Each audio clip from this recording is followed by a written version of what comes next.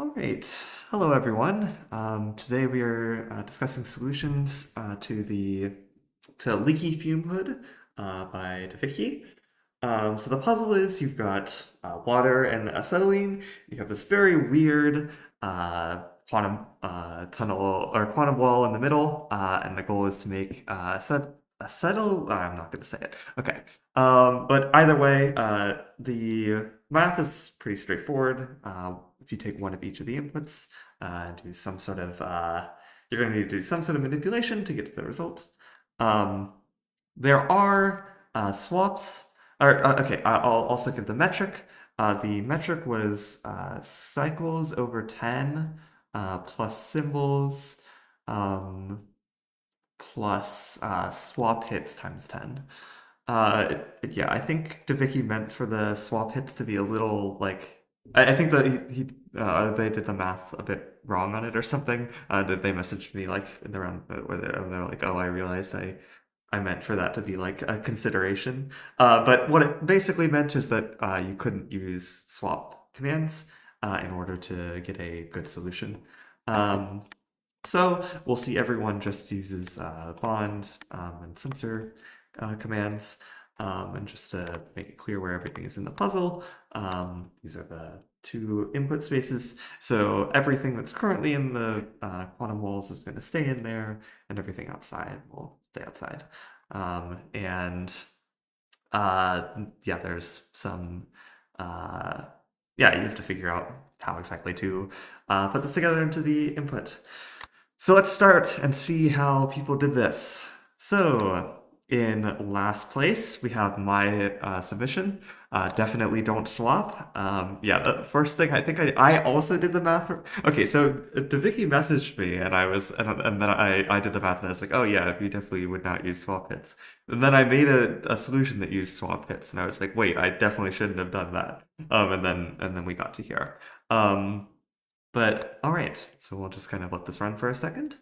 Um, so I guess, yeah, we'll kind of see a couple things that are very familiar or that we'll see a lot. As I was mentioning, there's these, if you look at the inputs, there are three total atoms in this box, which means that there are three atoms that are going to be in this box in the output area. And it turns out you have to have carbon in the corner and then two hydrogen next to it. So we're going to see that in every single solution. But there are at least some options for what you do on the side or outside of the box, and that's where we'll see more variance. But yeah, you can see what I do here. Yeah, I first sort of get rid of this auxiliary hydrogen or move it around. Yeah, there's sort of like a lot of movement going on. There's this, you can see this carbon here I have to move in order to do this bond here. So that's why it just gets shifted up. And then blue sort of gets sort of an initial thing with helping with this. And then we see this, so this CHO stick, we see it moving across the top, see a couple other solutions do something like that. And then we see the last CH2 moved into place. But yeah, so we'll see a lot of, yeah, I think every solution will have bonders on these three spots because it's just necessary with the fact that you have HCH right here. Well, I guess it's not 100%, but I think yeah, I don't think it's, I think technically you could do something like slightly different where you had like bonders here or something. But either way, every solution will have bonders here. But we'll see there will otherwise be a bunch of variance in terms of where people put bonders. So, all right, let's see if I have any other notes. But yeah, I'd say the biggest thing, I think I kind of was thinking about vaguely optimizing for cycles when making this, and that wasn't exactly the best. There's just a lot of sort of inefficiencies in this solution. Things where something is just moved like two tiles and it doesn't, there's just sort of a lot of movement and not a ton of things happening. But all right, let's run this through and see how other people improve on this. So we see we've got 328 cycles and 47 symbols. So I kind of gave away the thing, but that's fine. So let's see, pre question mark, and then sorry I didn't have much time. I didn't have much time. It's chill. Let's see. We see, I think something somewhat similar, but okay. So so this is there are some similarities, but you can see I think the solution's somewhat similar. Let's see. So yeah, the thing is we don't input the water at first so that we can get the CH over. I guess actually this is pretty different. Okay, we also, instead of just 3 bonders, we add a 4th bonder here, and that allows us to leave this OH in place. And then we go back and pick this CH2 that we left behind. And then we can just bond it all into place. Yeah, this is kind of just another algorithm. We also see sort of a movement of, another bonder from the left side to the right side. We'll see like some variance with that as well, like whether people prioritize putting bonders on the left side of the reactor or on the right side. But yeah, everything is kind of moved into place. We use bonder priority in order to remove everything and rebond into the right location so that hydrogen bonds downwards rather than back to the right. And we'll see other solutions also do something similar. But yeah, I think if there was anything to point out, we can see sort of while red is doing this loop of grabbing the CH2, blue is essentially doing nothing, kind of burning cycles, which at least immediately feels like a little bit of an inefficiency, but we'll just sort of see. But yeah, I guess to summarize this algorithm, we see, so we first move this CH out of the way, and we have to pick up this and move it down. We move an OH to the right. So I guess the things we've picked up and moved to the right side of the reactor have been an OH, a CH, and a CH2. Let's run this through real quick. So that's 378 cycles and 40 symbols. This is slower than my solution, but saves on symbols and gets a metric score of, don't actually remember, 80 something. Let's see. But yeah, I think as a comparison, my solution brought a CH2 to the right side of the reactor, a hydrogen to the right side of the reactor, and a CHO to the right side of the reactor. So we'll see, I believe all solutions like essentially picked up 3 things from the left and moved them into the right. I believe that's necessary, but we'll get to that. All right, let's move on to DaVici's solution. No fuse solution. I'm guessing DaVici meant swap. Let's now watch this through. So you see, like with my solution, we pick up a CHO, an H, and a CH2. It's just this is much more optimized for symbols, and maybe slightly slower, but definitely more optimized for saves a lot of symbols. So we move each of these pieces.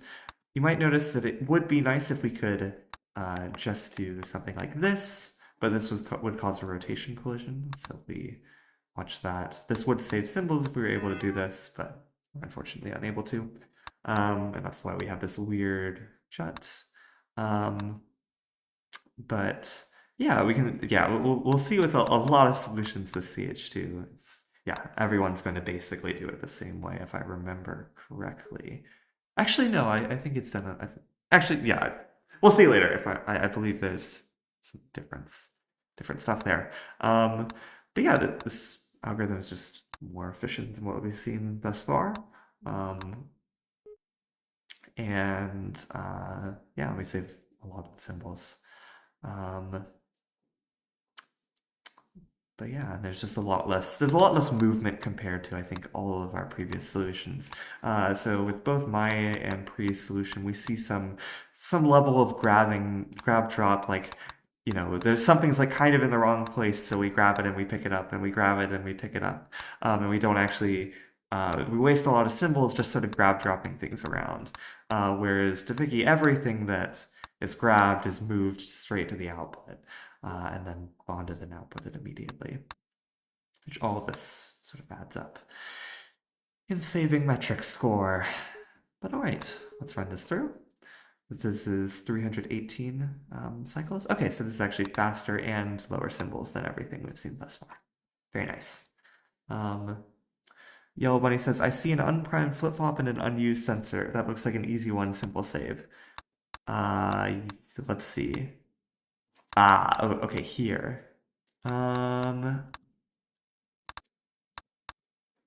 Yeah, well, yes. Yes? Yes. If you did a hydrogen sensor here. Yes, that's correct. Okay. Yeah, it's one thing to keep in mind. That one really useful thing for sensors is when you have a prime flip-flop, you can remove it with a sensor, especially if you're just unusing it or not using it at all. As you might guess, we'll see some other people. Yeah, this does show up later, so it's a very nice trick. Yeah, very nice stuff. That's just one symbol. Otherwise, this solution looks very nice. All right. Let's now move on to our next solution by Anning-May. And what to swap? Yeah, we see basically everyone so far has mentioned not to use a swap. So let's see what Anning-May does. This solution, yeah, so we first actually pick up a CH. I think this is similar to what Pre did, where we move an OH to the side, we move a CH, and then we move a CH2. But sort of one of the big things, yeah, we don't have to do this sort of grab, what we saw with Pre, we don't have to do this sort of go back around and grab and drop. The bonders are arranged more nicely to avoid that sort of a lot of symbol loss there. So instead, yeah, we just pick up the CH. And I think we also, yeah, we move the CH around the bottom, which I don't think we've seen any solutions go around the bottom with an atom so far. Yeah, everyone's gone above thus far.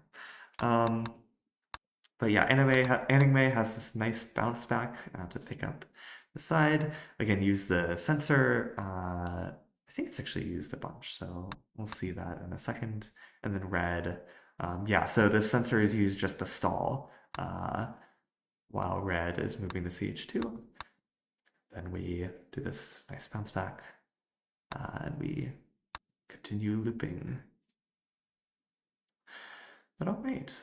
Yeah, so this is similar in essence to what we've seen before, but the bonders have been moved around. So instead of pre has the bonders moved up one tile, probably to save with red's pathing.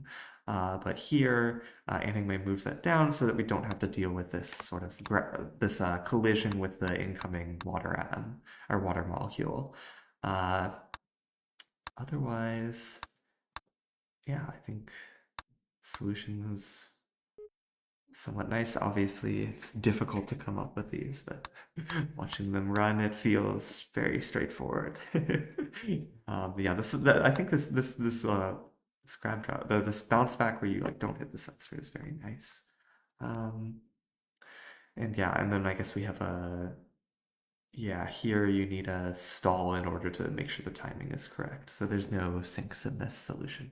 I think yeah, I don't think my solution had a sink, but yeah, it looks like just Pre had a sink. And that was just for stalling, not really for timing the waldos. But all right, very nice. The timing is all very nice here. All right, So let's run this through. We see just slightly slower than DaVici's, 10 cycles slower, but we save 5 symbols. So that's a metric score of 4 lower. I guess let me actually pull up the metrics. Um, yeah, so this is a metric score of 62. All right, let's now move to Dariush's solution, which is pretty different. So if we look at what we've seen so far, we always have, yeah, we do the sort of swap of the hydrogen to the CH here at the start. So we have these 3 bonders here, and I think we see that in all of our solutions thus far. Yeah, all of them do this swap to the hydrogen, swap of the hydrogen from the water onto the CH. So we can see all of our solutions thus far have done this. Darius does something different. So Darius instead, we just have this one bonder up here, and we do our sort of taking a part of the water all the way over here.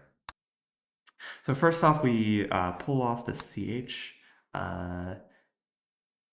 So instead of bringing a CH2 from the left, we bring just a CH in the middle and on the outside. So we deal with basically all of our breaking apart and movement on the output. And I think so otherwise, yeah, we're kind of, we end up building things into a similar place, but red helps with moving this hydrogen out of the way.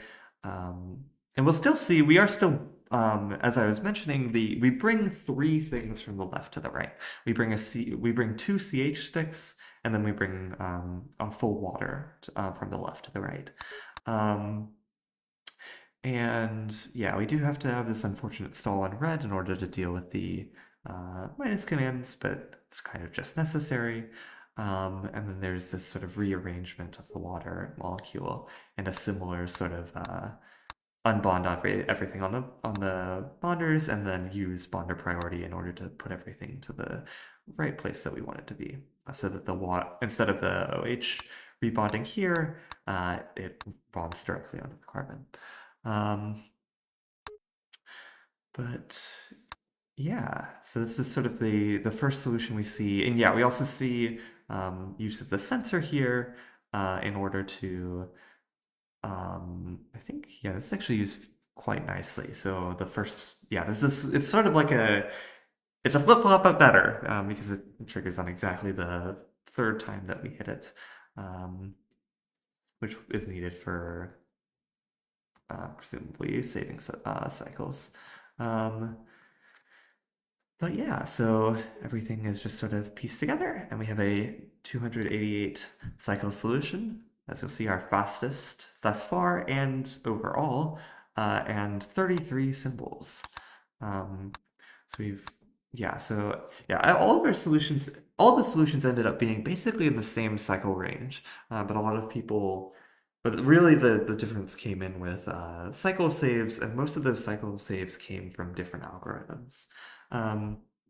So yeah, we see something somewhat, yeah, parts of it resemble what we've seen before, but the biggest difference is probably the CH2 in the middle and how we handle it. We instead deal with it on the output. But all right, let's now look at GGGall. Oh, and Darius' solution name was wait. I think it's wait. It's actually impossible to bring 2 pieces to the right. Yes, it at least, or well, maybe it at least seems like that's the case from everyone that solution that submitted.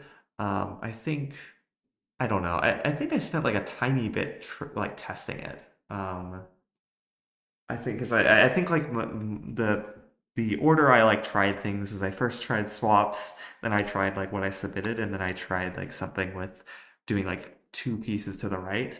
And like I didn't try a lot, but at least what I tried, it was like really rough on bonders.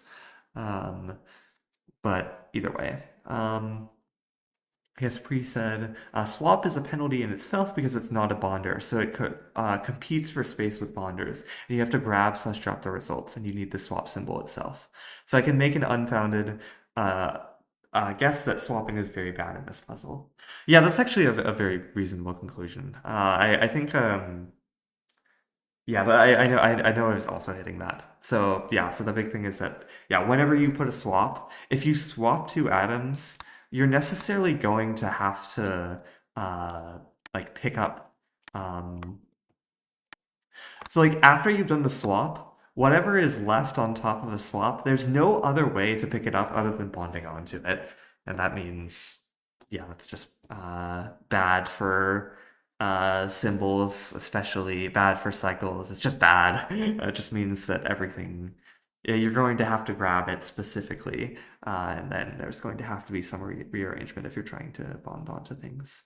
But oh, Darius does say I had an unoptimized 156 cycle 27 symbol swapping solution. So no, it is pretty useful. That is reasonable.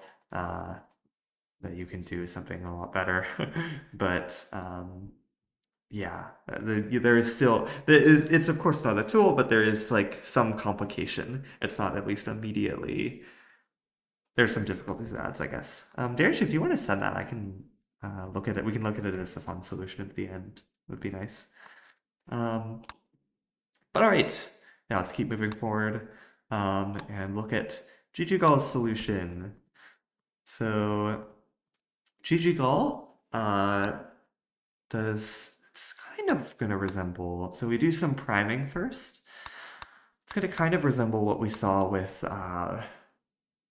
Darius, but we first pull apart our CH, our acetylene.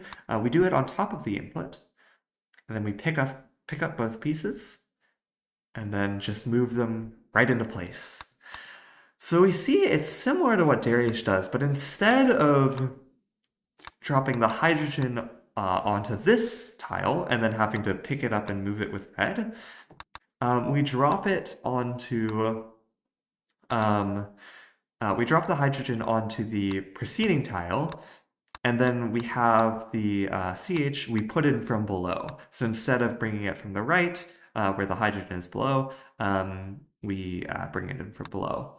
And otherwise, yeah, and I guess the other significant difference, yeah, we swap around the order of the things on the outside, and we bring this CH from below. So I think Darius is kind of perhaps a little more focused on cycles, it sort of appears.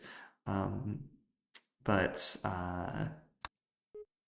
it still ends up being quite nice just due to how the Waldos like manage the work. It's actually pretty comparable on cycles.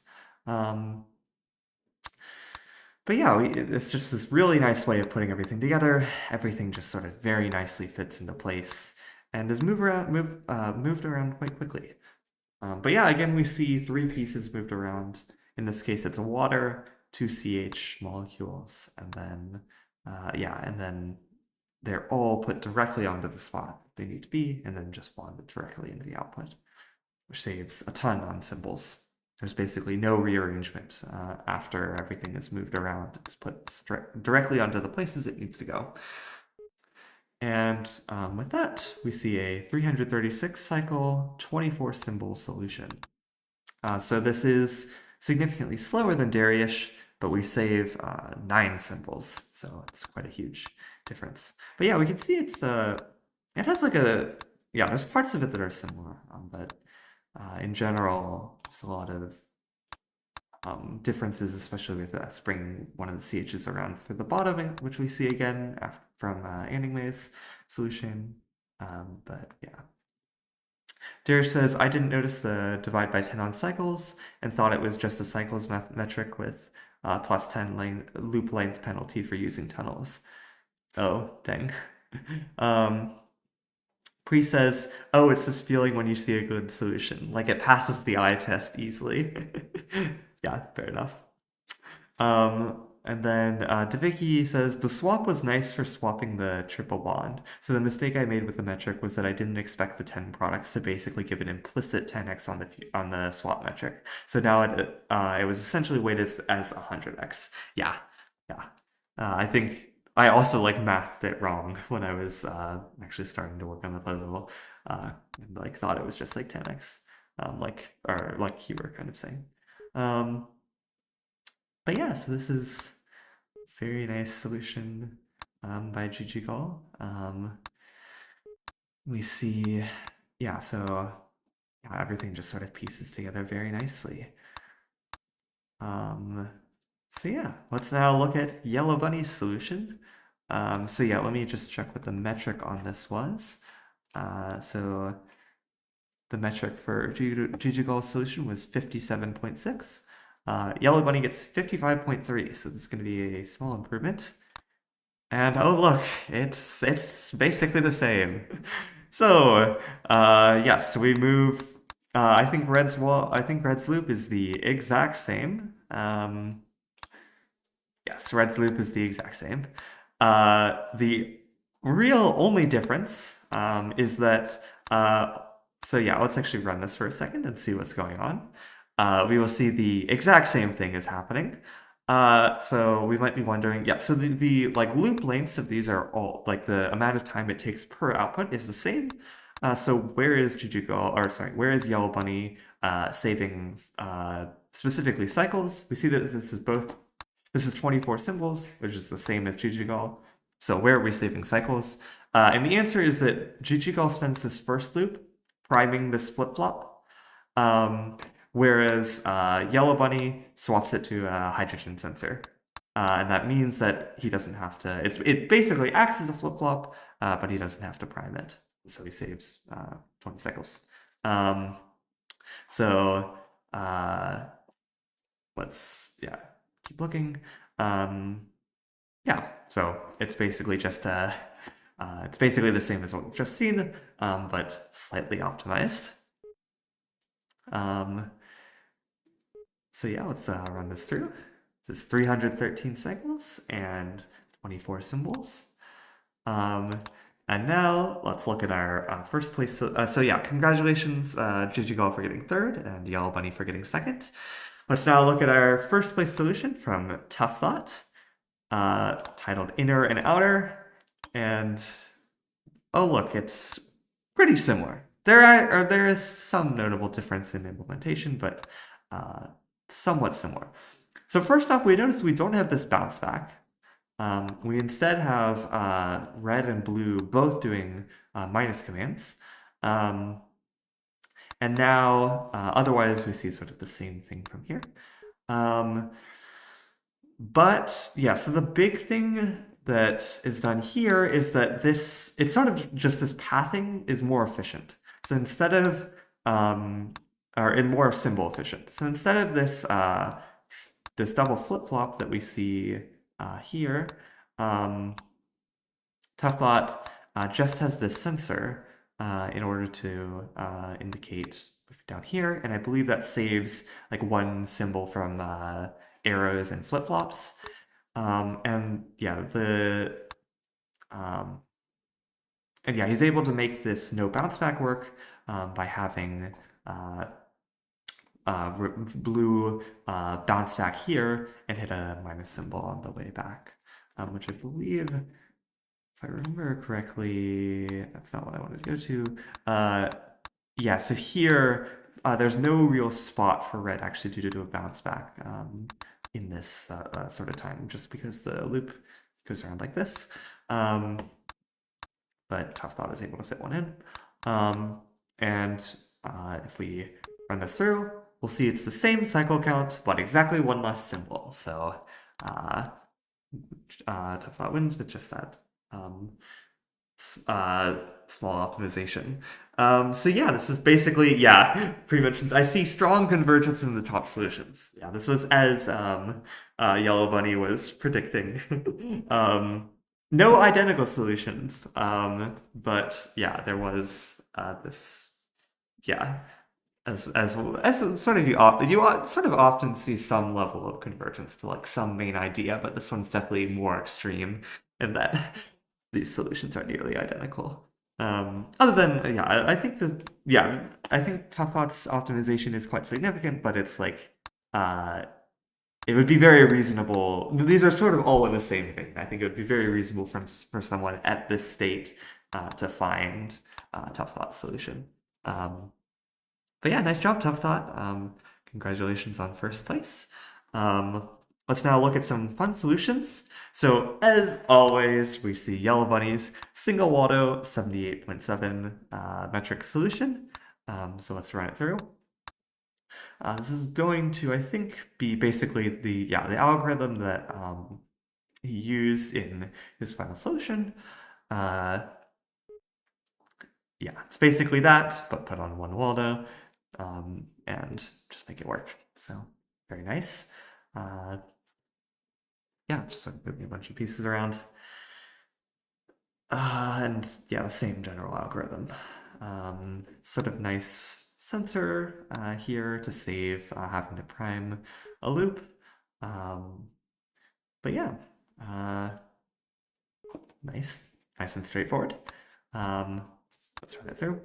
So yeah, this is 517 cycles, so a good bit slower, but actually very good on symbols, just 27 symbols. So this actually still scores like decently in the middle of the pack. Yeah, Yellow Bunny says, even though there was no tie, the top two was about what I expected. Yeah, that's reasonable. All right, so let's now look at our next fun solution. So this is by Darius. I asked him to submit this earlier, as we were saying. So this is with swaps. So let's see. Okay. Yeah, so we use the swap. Yeah, okay. This makes sense. We use like so okay, because we have 4 swaps, we're basically able to move so we move this atom to here and this atom to here in the same swap hit. We then okay, so we then let's see what the algorithm is, I guess, first. So we kind of make everything at the edge. Okay, nice. Yeah, so here we do COH on the top and then move that into place there. Yeah, that's very nice.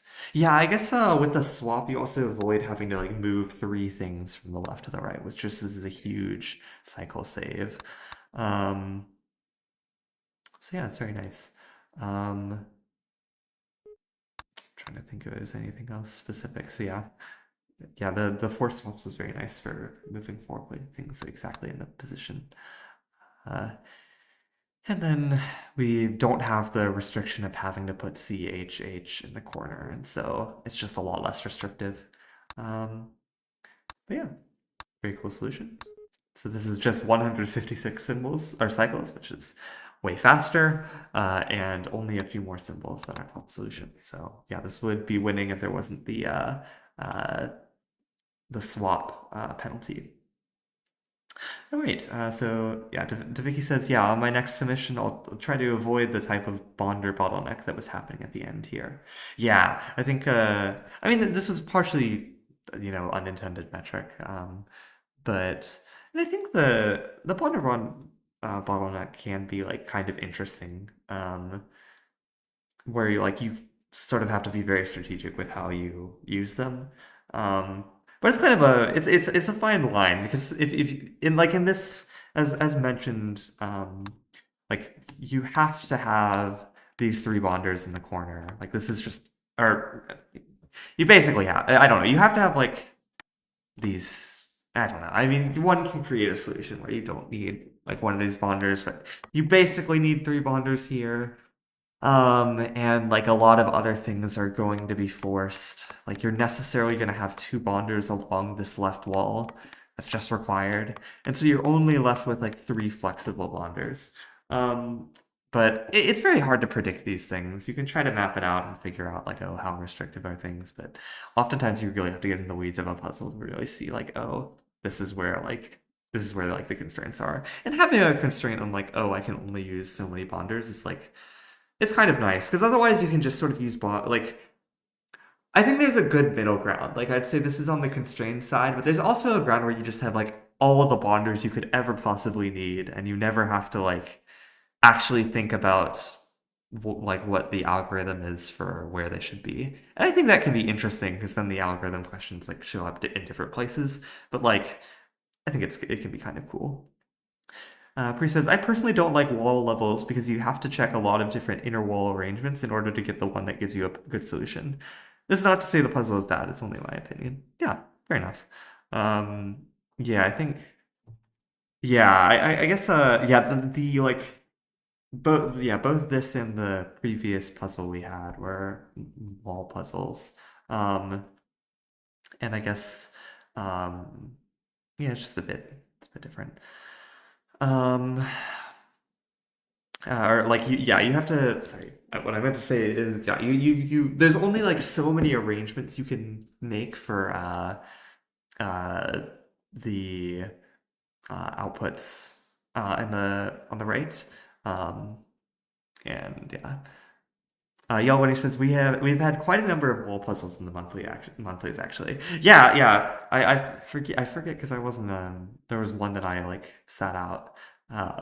But I guess specifically recently, both oh the one Yellow Bunny, yeah, Yellow Bunny's around, um Gigi Gulls and DaVici. Um but yeah. All right, very nice solutions, everyone. All right, let's give a preview of the next monthly puzzle. Um, let's see. Let me just import that real quick.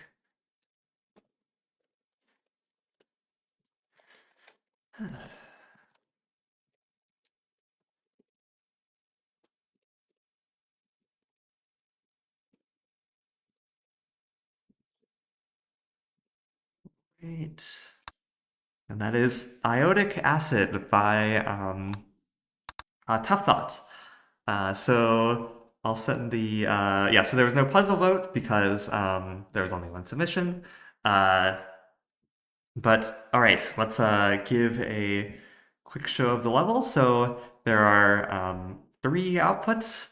You have one bonder type, or sorry, one reactor type, which is the multi-bonder sensor reactor, which has a ton of bonders, all the bonders one could possibly dream of, basically, and then a sensor. And then there are two inputs, ionic acid and sodium bisulfite. So specifically, there are only 15 inputs of sodium bisulfate, and then yeah, infinite for iodic. I think it's mainly for puzzle flavor thing. But yeah, I'll post this puzzle shortly, and next month we will discuss solutions to it. I will mention this monthly will be a little shorter. In particular, the like day that would be natural, May 30th. I like have something that I basically fully slammed that weekend. There's like a kind of trip I'm going on. So I'm instead going to have the monthly due May 23rd, which means this will only be 3 weeks. I could have put it, I don't know, I could have put it a week later, but it's fine. I think we'll also pause monthlies after this round complete, or after this round ends, as ideally the annual tournament will start soon after. But I mean, we'll have to figure out details with that. Maybe it'll be a little bit, but that'll hopefully compel people to figure that out. um, uh, yeah, no problem. You're welcome to Vicky. I guess I'll say goodbye to the recording people. I'll see you for the next monthly discussion.